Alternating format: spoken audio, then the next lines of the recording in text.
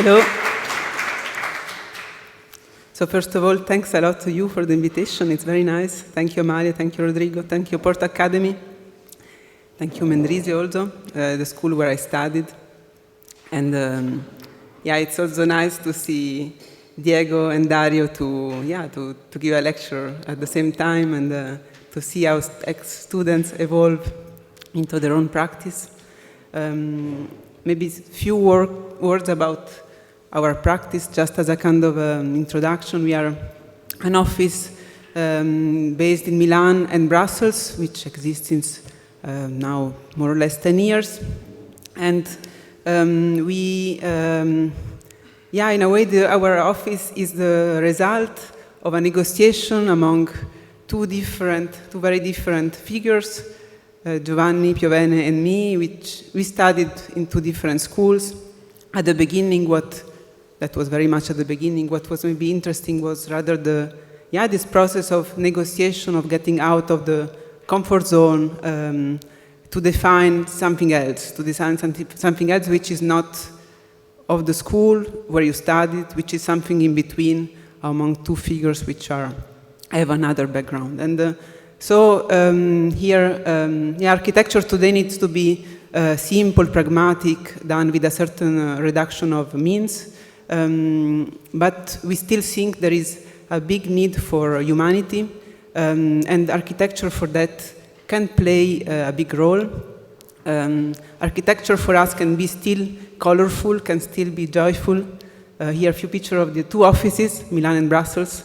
You don't really understand which one is one, which one is the other, because in the end it doesn't really matter.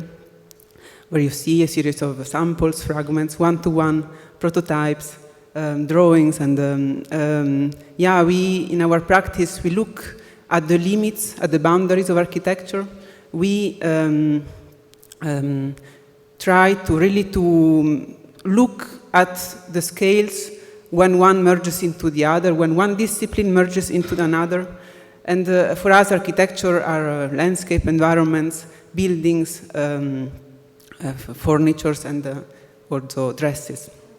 So now in the presentation, I hope it's not too long, maybe I will start to talk very quickly at a certain moment, but I will show a series of projects which go from furniture design to bigger buildings which are in construction, a series of pavilions, and a couple of quite fresh projects which are on the making.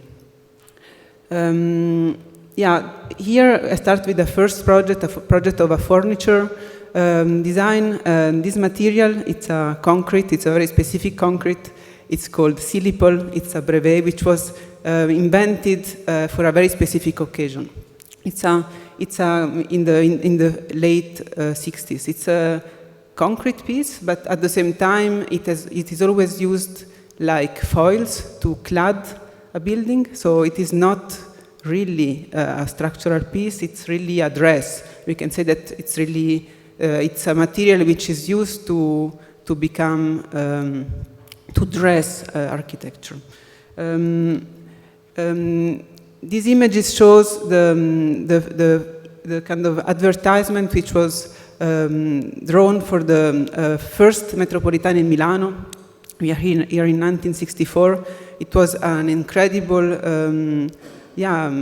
outcome for Italy. It was the first metro line in Italy. It was really a big sign of urbanity.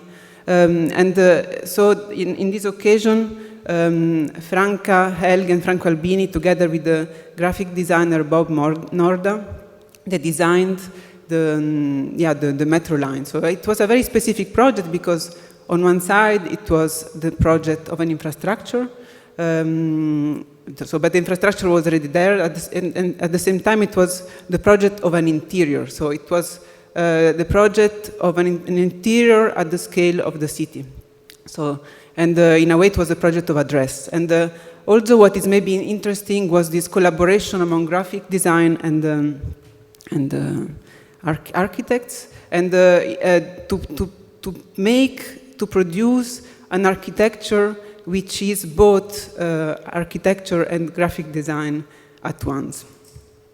The project of Albini Helg was a very specific one, and it's also the story of a very impressive collaboration among the city of Milan, the public, the industrial power, and the intellectuals. It was the moment in which everything at that moment was possible, and many collaborations were possible, and the industry was ready to embrace new ideas and to create new projects. So, for instance, these are the advertisement of the materials which were invented for the metro line. So, this Silipol, this full jet company, so we're really producing these concrete panels for the metro line, and this Pirelli floor, which is, you know it very well, it's this plastic with balls. Floor was really invented by Pirelli for this occasion. The project of Albini Helg and Norda was, in a way, the project of a cladding. So this Silipol, these panels, which are at the same time a very sturdy material, but also kind of ornamented with their own texture. They come to dress the entire metro, and then there are these red lines, this frieze, which becomes the support for information, which comes together with this handrail, which runs all over the metro line. And so that was the Metro 1, and then the Metro 2, which was done 7-8 years later. It was replaced, so the red line was replaced by the green one, always the same frieze passing through. And the concrete panel was also replaced by this, in a way, it's called goffre, kind of very specific metal panel, which substituted these, in a way, too heavy panels. And then, so this was a research we have been doing for the Architecture Biennial of 2017, and which was called Make New History.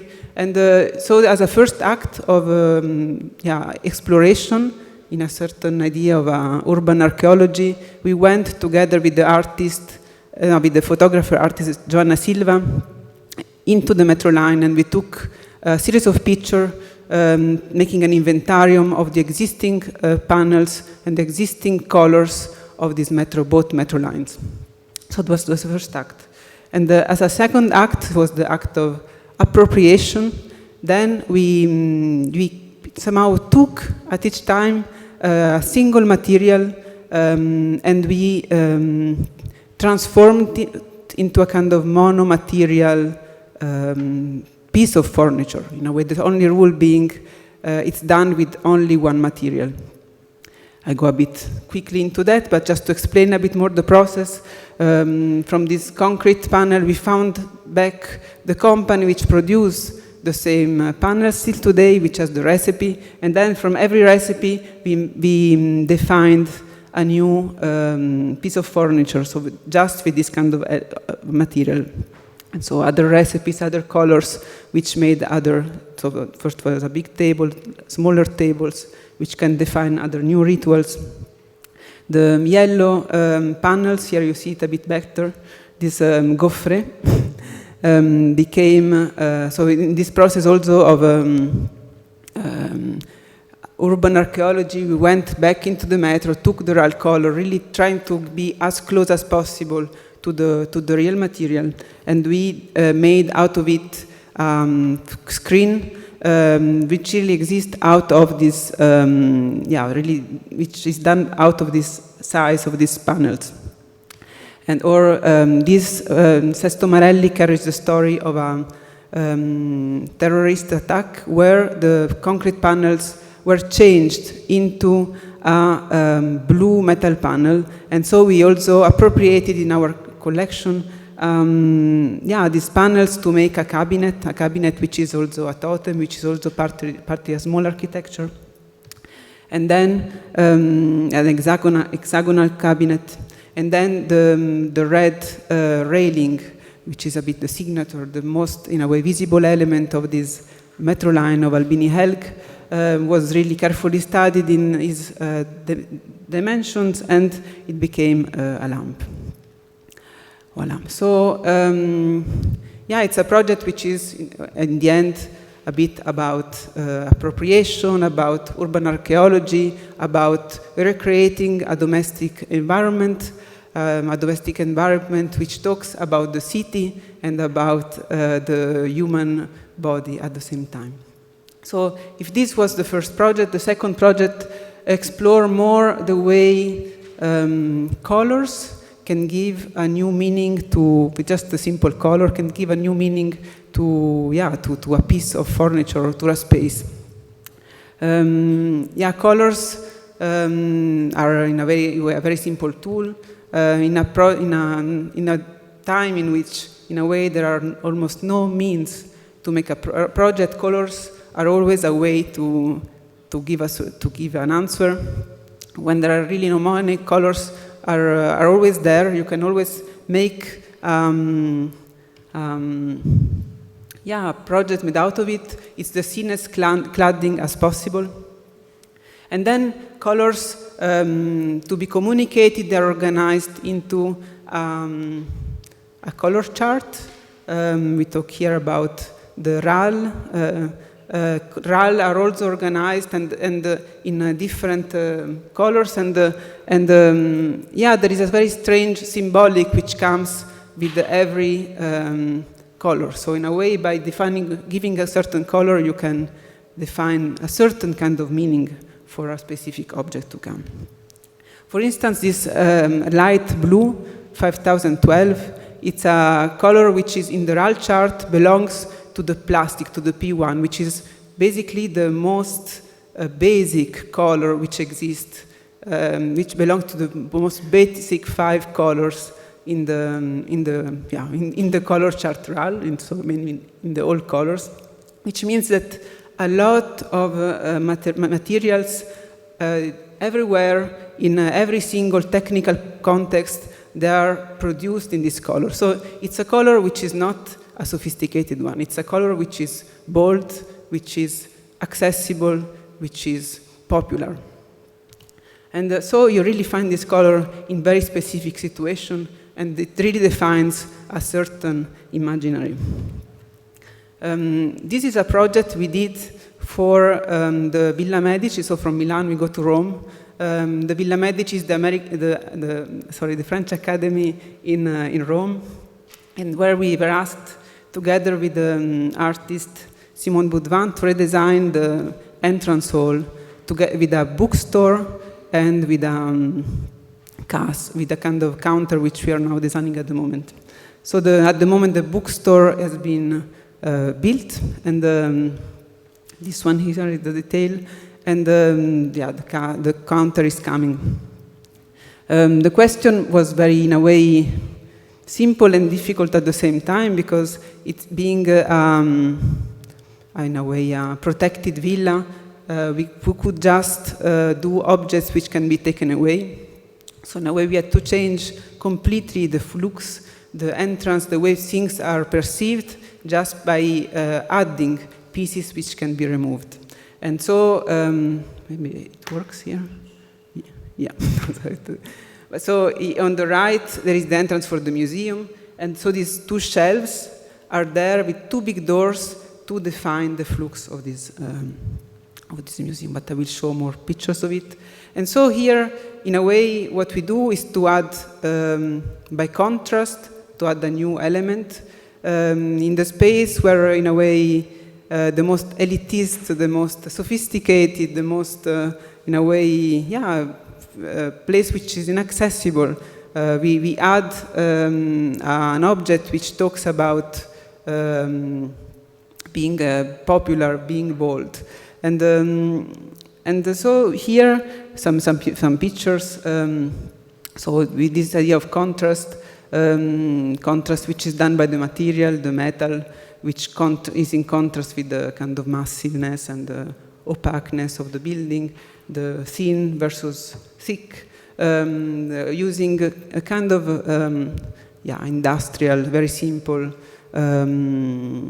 metal pieces, which perforated metal pieces, which allows a certain kind of ornamentation, and allowing details which makes of a just single opener, like these holes on the bottom, becoming a kind of gigantic frieze. On the right, you see how these holes to open the tiroir are in a way just disappearing behind this set of holes. And then this big door, which become at the same time a threshold and an information panel.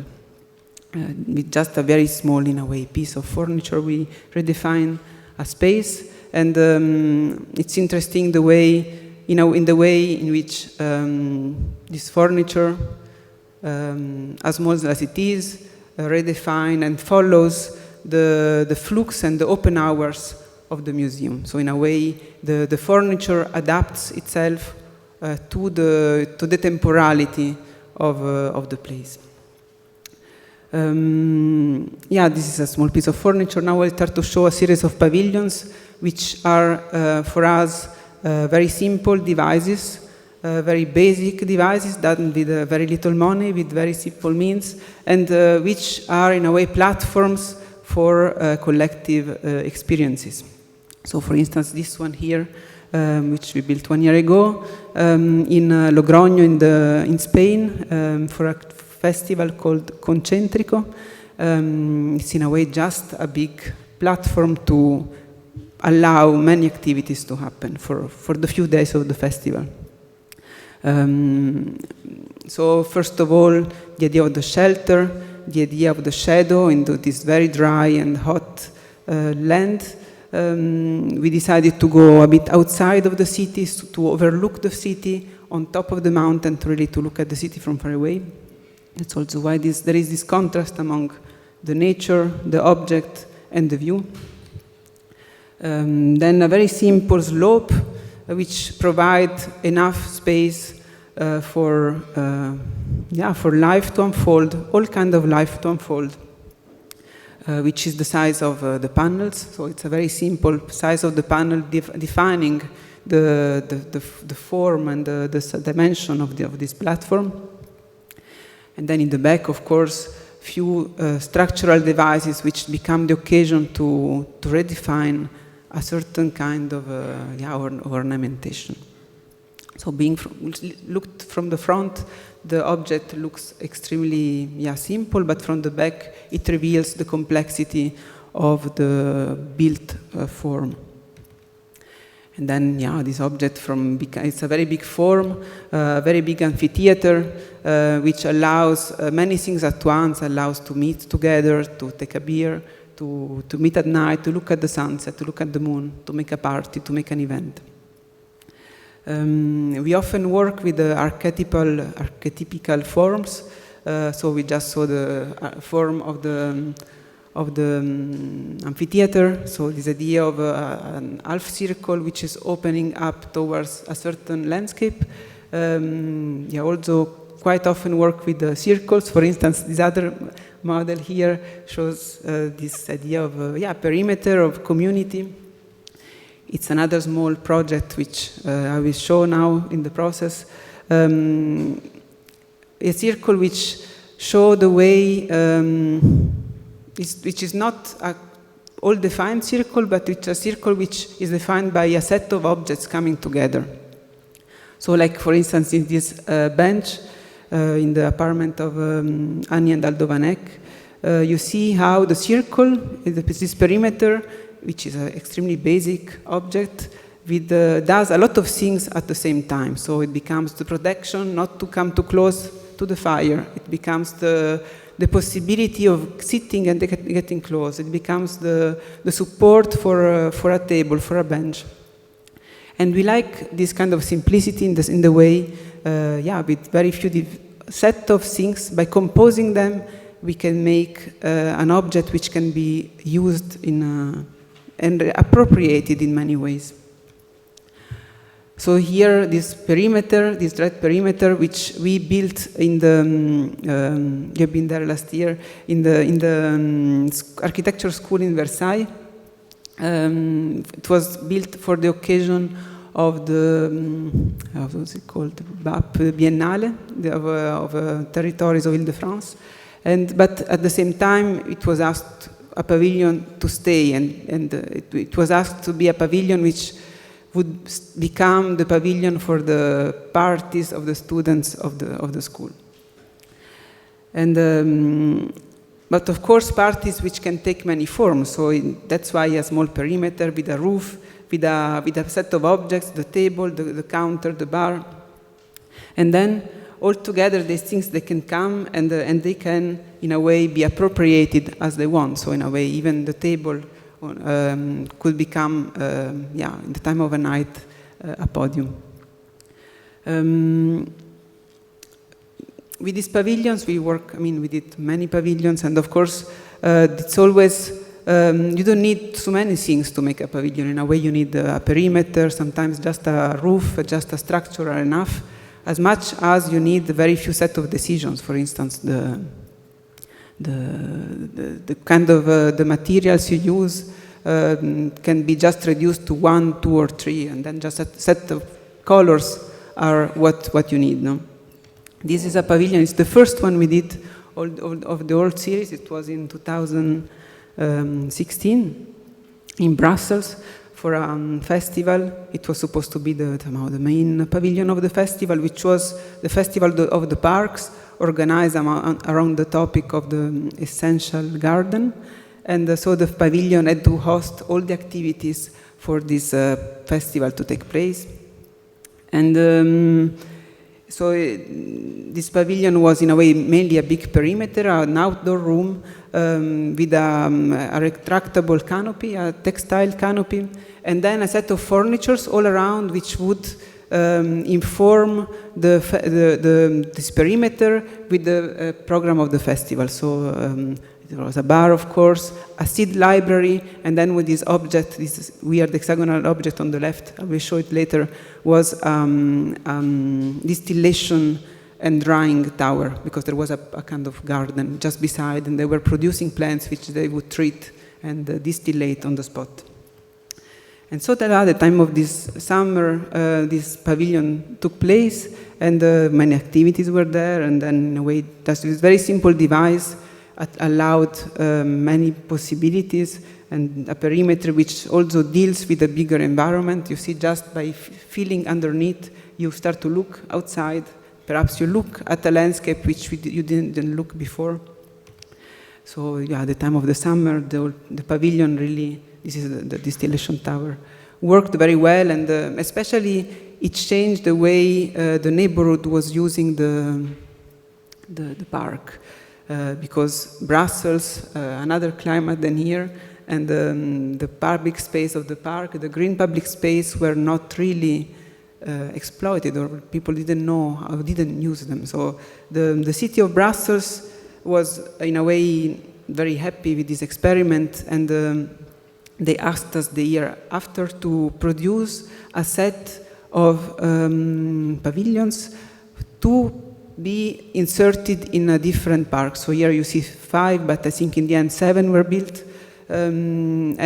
Because they understood that by putting a very simple object, in a way just a small pavilion, people would start really to use public space differently. And it's quite impressive to see how, in a way, a very simple device can change the way the parks are used, the public space is used in a city. And through time, these pavilions became really a very well-known little point to use the public space of the park. Few pictures just. So we took the pavilion of the festival as a prototype. Of course, we simplified it. There was always this perimeter, a perimeter which would, maybe I go back, would each time change. So a module of, I think, if I remember well, 2 meters. And then you would be able to define different kind of squares, with different rectangles, to be inserted in a specific context. Then there was this bar, and then a color. And so the bar would be colored in the same color of the textile, so outside. So the textile defined the color of the bar, and the structure and the inside of the bar would be the same color, which would be each time adapted to a new context. And voilà, so here are some pictures. It's not a great resolution, but sometimes more inserted in an urban place, sometimes more free in a much more monumental place, sometimes very thin, sitting on a path. The bar was, in a way, very simple, very basic. The bar has to be mounted and dismounted every year, so it's a kiosk which exists now since 6-7 years, and it's mounted in April and dismounted in October. So it's mounted in 1 week. It has, so in a way, the technique on how you mount it has to be highly developed, has to be in a way very basic. And that's why the color here becomes the tool to make everything coherent, even with the sausage. And the bar opens and closes, and during the night, this bar becomes just a very closed box. The panels here, which had to become, in a way, more sturdy, that this metal frame around, where the color appear, and this gives the possibility to even in a just simple kiosk, to define a drawing, to draw these patterns and this rhythm which create this in a way simple box. And then under the roof, a set of objects which populate the space and give a human scale and give a sense of interiority, under which we look at the park becomes more valuable, you start to look at the park much more while being underneath. So a series of set of tables, lamps, sitting on the pillars, and this tripod lamp, which became an object on its own, and the time of a night, during an event, recreated another sort of architecture, this time made out of tree. About this light, we are very much interested in the power, or the power of urban signs, in the way they are able to convey a collective feeling, a collective experience, even though they are sitting on a private building. This building, for instance, the archive is here in Archivio del Moderno of Giulio Minoletti, is a kind of interesting building. Why? Because firstly, it's sitting in Piazzale Loreto, which is a place which is very much part of history in Italy, Milan. It's the place where Mussolini got killed. And at the same time is, in a way, an office building which has this very strange hat, which is formed by devices which talk to the city. So, for instance, there was this gigantic clock, a 9 meters diameter clock, meteorological station, and this black metal piece was news about the city, information about traffic, or if there was something happening in the city. And we are very much interested now for our next project, which is an urban project, the project of a hotel we are building in Brussels, in the public presence of a facade. Can we give a collective public presence of a building even though it's a private building? So how can we deal with this aspect? And we are building for this hotel a lunar clock, which I will now show you a few images. It's a clock which, is it okay the time? It's a clock which, on one side there is the time of the sun. So this is the time of sleeping, eating, going to school, studying. It's a way the time which defines the human life. And then there is the time which is dictated by the moon, which is the time of tides, of women. So it's a time which is there, which is less tangible. It's a time of a feast, the time of love. And so we decided to mix these two elements, these two temporalities, and to make only one object out of it. So now we developed this prototype in the scale 1:2, for the Milano Design Week. So it's a small, half the size. It's a clock which, yeah, we start to develop it for our project, which is this hotel, which is sitting in the main ring in Brussels. And on top of this hotel, we want to put this lunar clock. So now a few words about the hotel, of course, which we are building at the moment in the Brussels ring in Place Roger. It's a space which is very much changing. Just one block is staying as the historical one, so it's the one that you see where the small houses were. It got emptied for many, many years, for more than 70 years, and now we are now completing this urban block.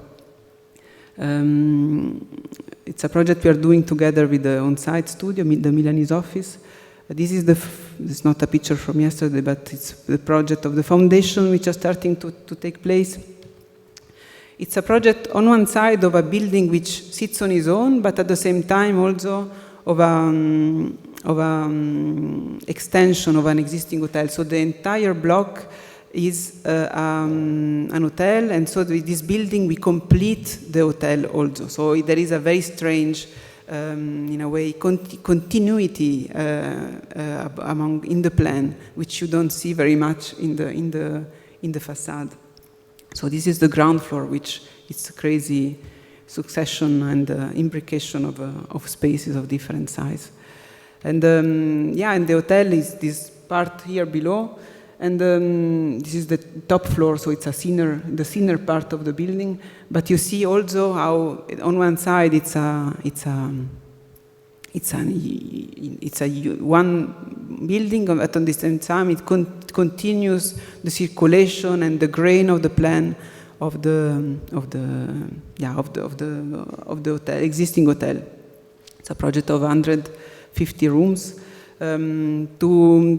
To start this project, we thought about a very specific Brussels typology, which for living, which is the typology of the bow window.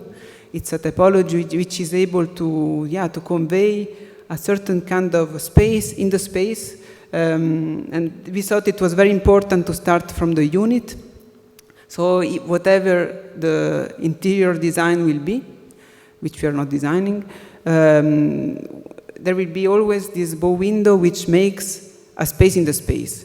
And so with this bow window, with the two typologies, one sticking in and one sticking out, and each time that really defines the way we look outside, the relation with the outside.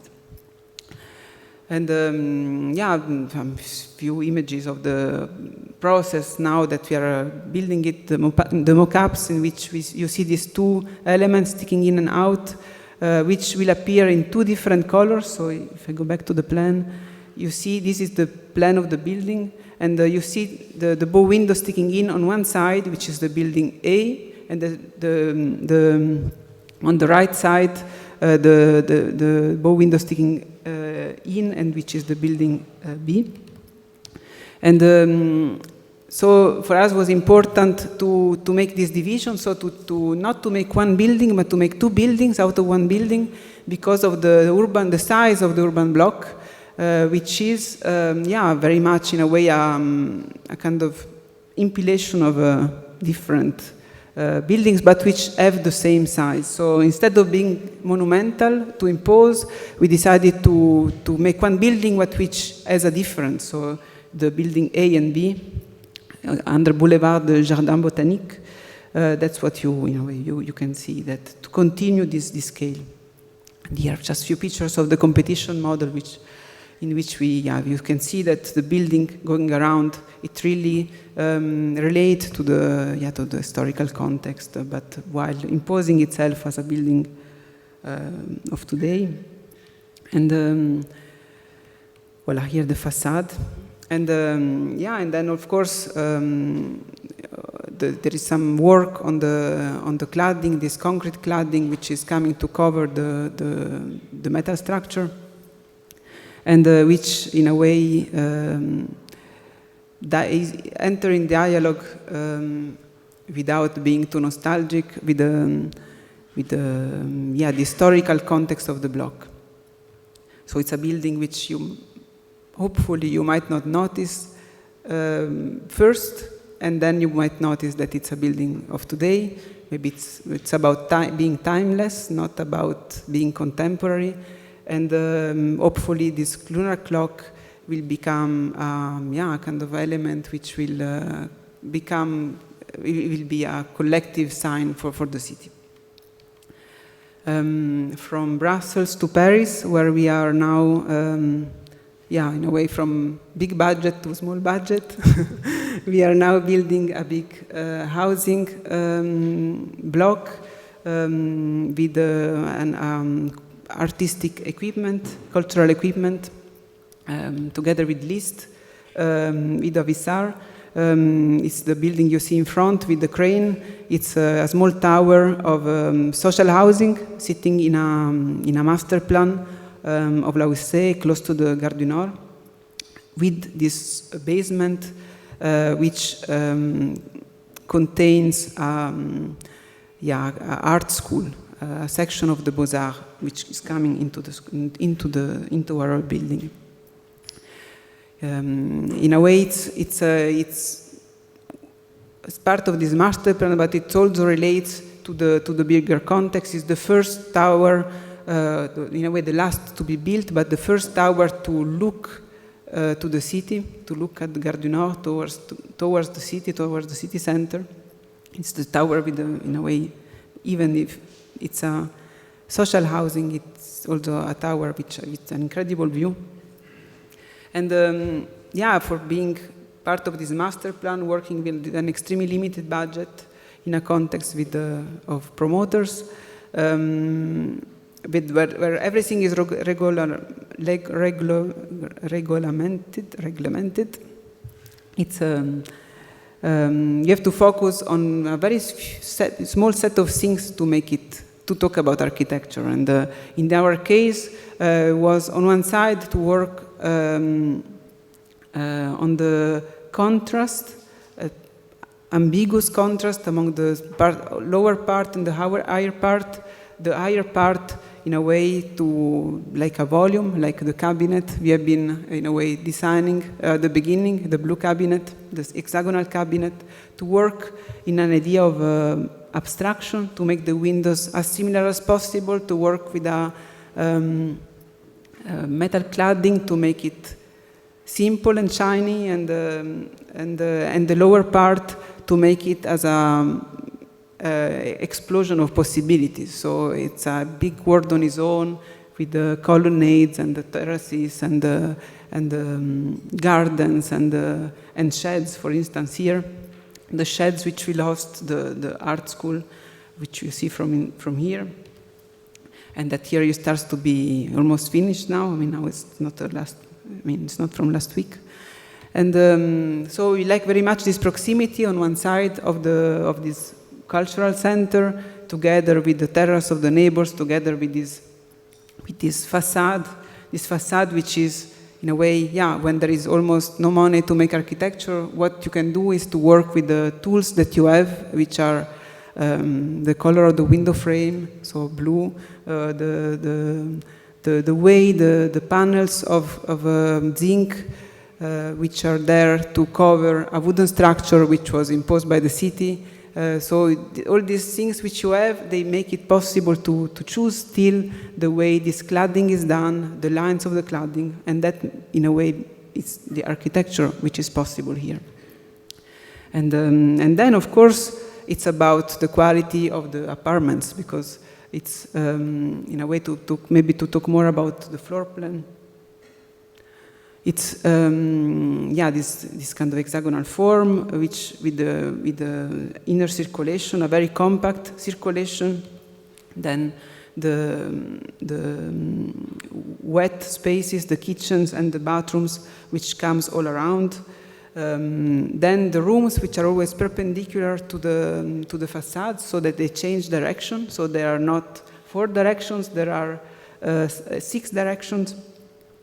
And then these loggias, which they always sit in the moment where the direction changes. So the loggias are always devices to look outside.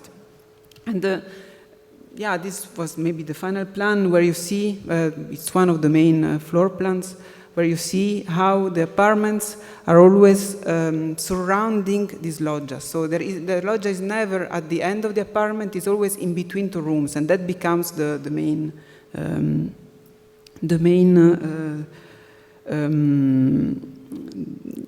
elements which keeps together the apartment. Here you see few of the typologies, and so in a way to give this outdoor room becomes the possibility of adding a quality to an extremely regulated, extremely small kind of housing, in this case. And there you see the building site at the, I don't know, maybe at the 9th floor, where you see these loggias in orange. You see the two loggias together, and the way they will deal with the rooms all around.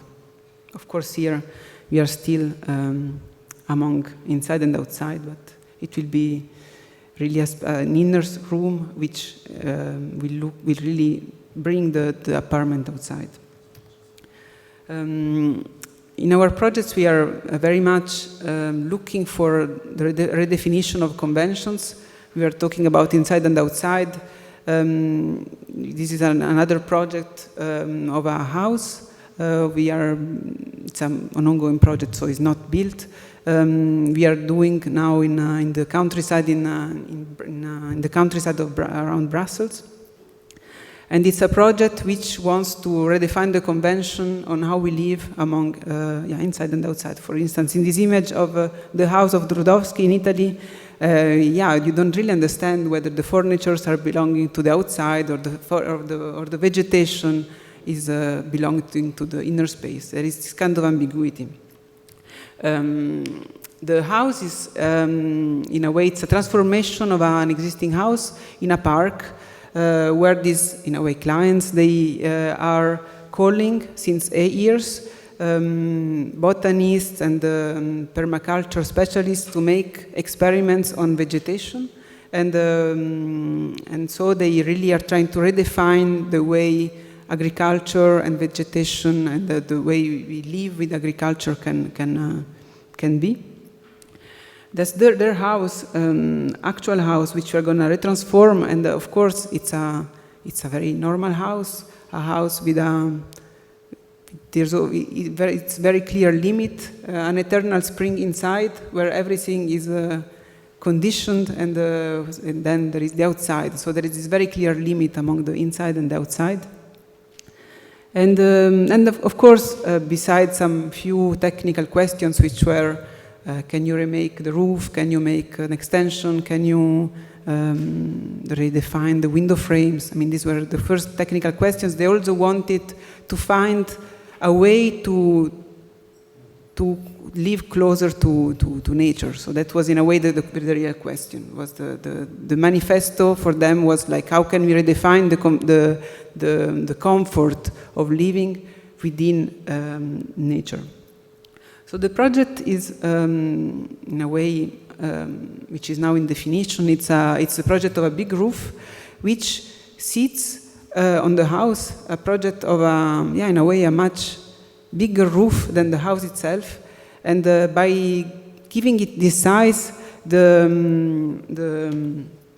house below, of course, demolished and retransformed, becomes another thing. So in a way, by adding this big roof, the space among inside and outside becomes less certain. It offers many more possibilities. So, for instance, underneath the roof and around the house, a wooden structure which can redefine the way we can live. So there is our threshold among inside and outside. There are cold spaces, wet spaces, spaces which are just covered. And so all these become another cluster of rooms, not the kitchen, the living room, the bedrooms, but become spaces which are in link with the climate. which is maybe very, very interesting, is the fact that this apartment, you see the rectangle, the lighter rectangle is the existing house. How these spaces, they become spaces of appropriation, which can be used in many different times of the year. And hopefully the furnitures can move around and can spread even in the park. Now at the moment we are in a process of redefinition of the form of the roof, which of course it's an exercise on its own, but it's not an exercise on its own in the sense that it's the redefine the form of a roof is a possible way to talk about a larger context, about the sun, about the orientation, about the wind, about the way we take water. And then all this going towards the house, and then about the scale of this roof in relation to the body. So just the element of the roof is an element which can talk at the same time about landscape, about the universe, and about the human body. So this is the last project. So I don't know if it's okay the time. Yeah, maybe you're too hungry. I will go quickly. This is a research we did at the beginning of the project, which was the question of how we can organize the space of a circle. What are the possible plans of the space of a circle? Of course, we looked at many different things. And it was a project which we just now started which was just built last week. So it's the first time that I showed the project. It might be a bit messy, but I thought it was nice to show just the process of the project. It's a very small project. It's a bookstore we designed for the art center in Brussels, the Wheels. This is the plan, the ground floor of the Wheels. You see all these circles. That's why the circles are these because the Wheels was before the old brasserie. Where they were producing beers, and now in the plan they took out some of these big brass things, and they covered. So here you see on beside you see this concrete floor which is covering these circles to kind of make it possible to have the floor. And so our bookstore, which is now this circle on the right. On the left, high left, it's also the ticket counter of the museum, and it's in a way was sitting on one of these circles. So it's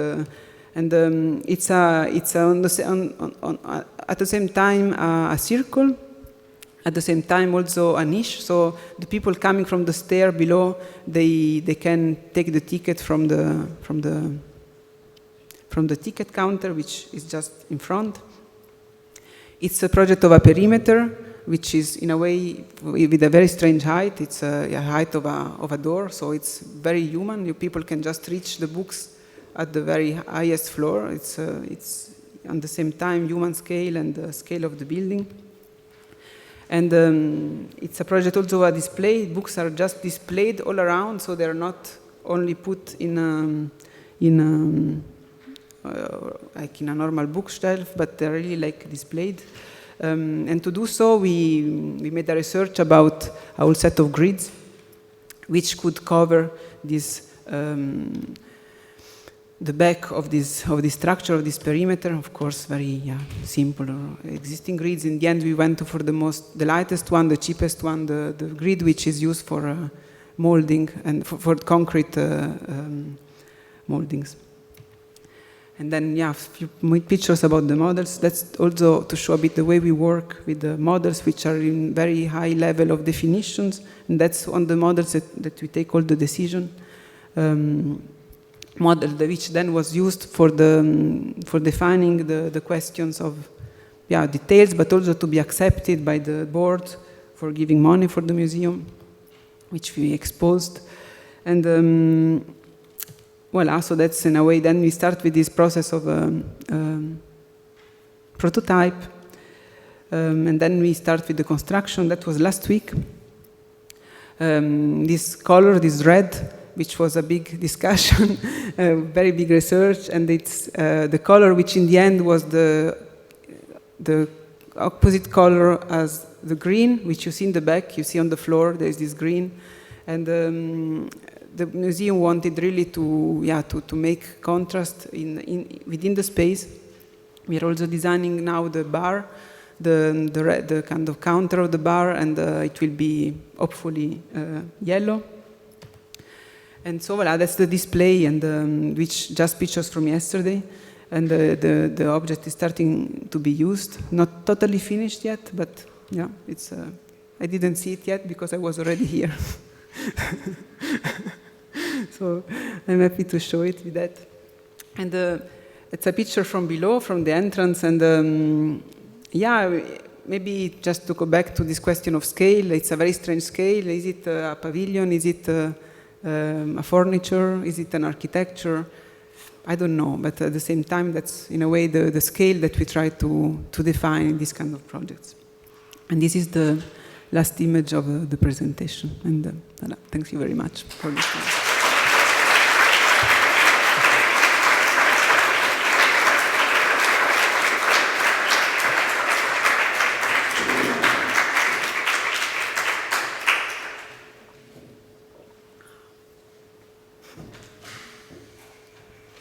Thank you, Amber. Does anyone have questions? It's now or never. They are too hungry.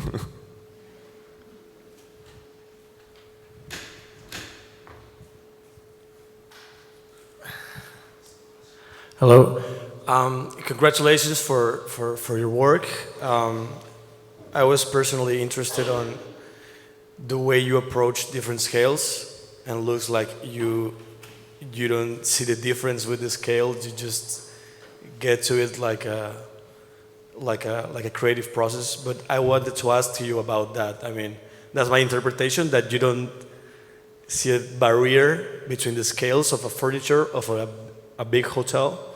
So for you, how is it the process? Is very different, or you change your mindset and you work differently?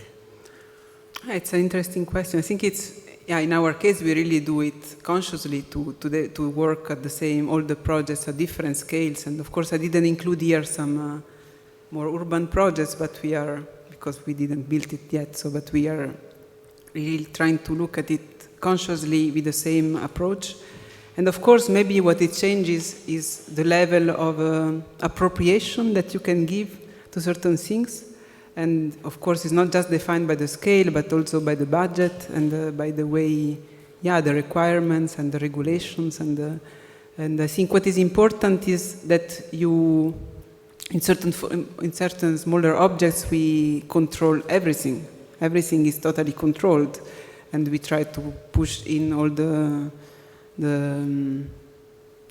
aspects, the requirements into it, and to design with it. But sometimes with the bigger projects, and that's maybe the thing I find is the most interesting, and maybe that's what I learned by being an architect and not by being a student, is that you need to be able to let it go certain things, not to want to control everything, and maybe to understand where you want to concentrate your effort. This is a very important thing, that there are aspects of a building which you will not give up, and other aspects, doesn't matter how they come. And so it's about zooming in certain, for instance, in the social housing, yeah, I didn't show it, but we are defining the door handle of the main entrance door, and for me it's something of it's a very important thing, because this will constitute the main daily gesture of everybody living there,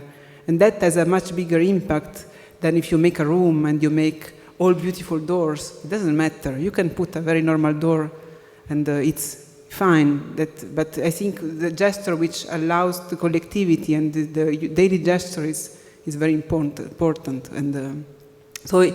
And maybe I gave up the fact that, I don't know, I cannot have a completely glazed loggia, because it's impossible to have all this glass in such a big building, but we managed to to make it possible that from both sides of the loggias you can enter, and so we have this connection, which is a more physical connection, which is more important than the visual connection. The fact that from the bedroom and from the living room you can enter in, it's more important than of being entirely glazed. So it's important to always to redefine what is important and what is not.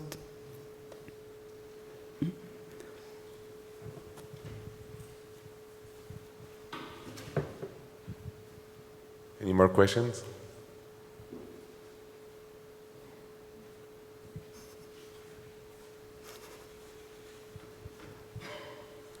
Hello, thank you for the really amazing presentation. I couldn't help but pick up on this fact that you're seemingly interested in this kind of mundane language, whether or not that's through the 5012 blue. Sorry, I'm not. Can you put? Yeah, sure. Is that better? Yeah. Yeah, I couldn't help but pick up on this kind of mundane language that you pick up on, whether or not that's this color of the blue on these kind of technical equipment or everyday furniture somehow, or that somehow the signage that you find in the urban conditions on the top of these private buildings. And these are things that we're kind of we're familiar with, but not necessarily aware of in a way. I think they're kind of like a subconscious thing that we pick up on as we experience the city. And I wondered how, is that something that you try to elevate through your architecture, or is that something that you would like to maintain a kind of a subconsciousness in your work? Particularly where you talk about this kind of timeless approach in your architecture rather than a contemporary one. Is that something that you have a position on, or is that something, yeah? Yeah, I mean, if I explain is that I have this position in the sense that, I think you're quite conscious of this position and all these elements I'm talking about, the sky signs, the lamps, in a way, our architecture never tries to be monumental, never tries to impose itself, but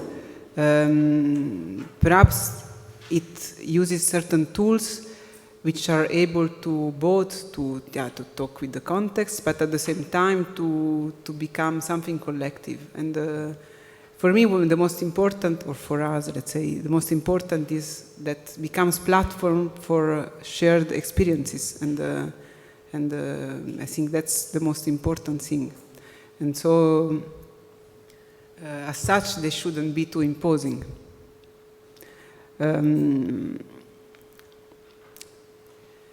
I've been studying here in Mendrisio, and many teachers, now I don't know it's recorded, but many teachers, in a way, teaches you to control, or maybe in their work, they control everything until the very last point. And to me, this doesn't allow for other things to happen. And as an architect, I think if you have this civic value, it's very important that you are able to let the space to things to take and to life to take place, and as such you have to create frames, and frames are not saying look at me. Maybe they're saying look at me, but in a very much more subtle way. Well, I don't know if I answered your question. Thank you.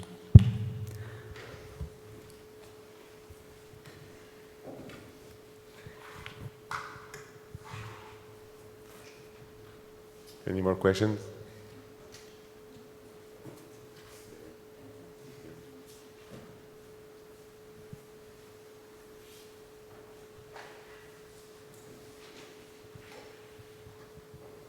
Hi, thank you for the really interesting presentation. I guess I was interested to hear your thoughts on maybe the point where aesthetics and beauty meets functionalism, and I guess that's kind of the point of architecture, is creating something that is usable and functional but also beautiful.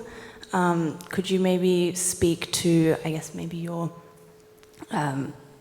journey through finding that intersection and, yeah, I don't know if that's too broad. It's a difficult question. No, I mean, yeah, of course.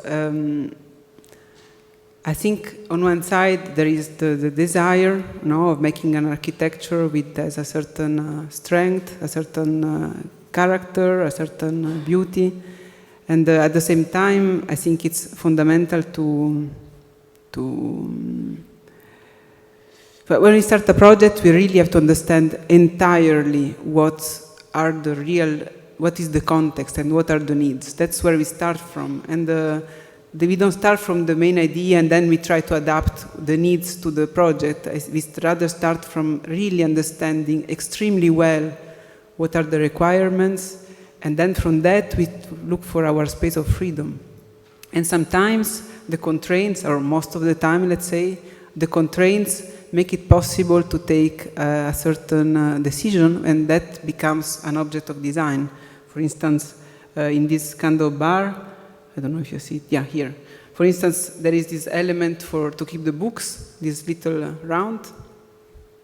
And then, of course, you also need to, this is an object which has to be mounted and is mounted once a year, they need to take it out. And so the object is done in pieces, and it's a modular piece. And so if you see here, wait, now I can try to go, this. So here, it's the way you put the screws, no? You could have also done it in another way. You could have also put it, I don't know, hidden. But we decided to enhance, to underline this question of temporality and to make a detail out of it. And so that became, in a way, the facade, let's call it. I mean, even though it's a furniture, the facade of this object, which now has all these little dots sticking out. It becomes a pattern, becomes an ornament. So in a way, architecture is never something for itself. It's always there to serve something very specific. But at the same time, it's not the functional answer which will make architecture. You have to be able to transcend it, to take it as an opportunity to design. Thanks, that's really interesting. Thanks.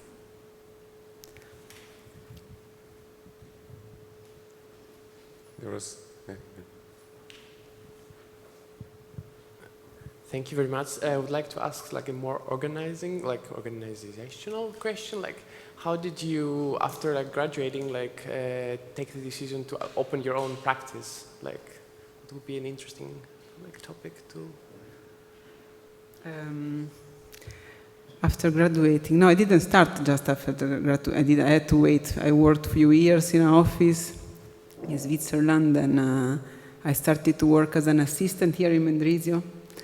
And then I started to do the little jobs, small restoration, and I don't remember now, but I always had in mind to do my own office, and that was clear from the beginning, but perhaps maybe what happened is that I met my associate through teaching here.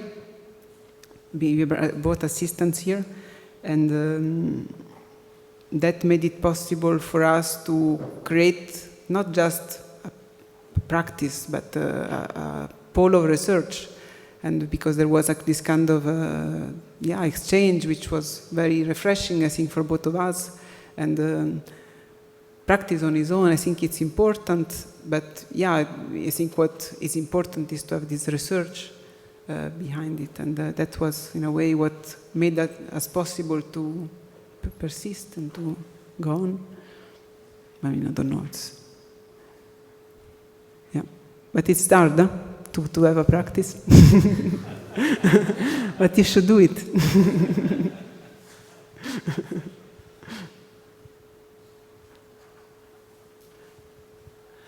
Ambra, thank you for your fantastic lecture. It was a real pleasure.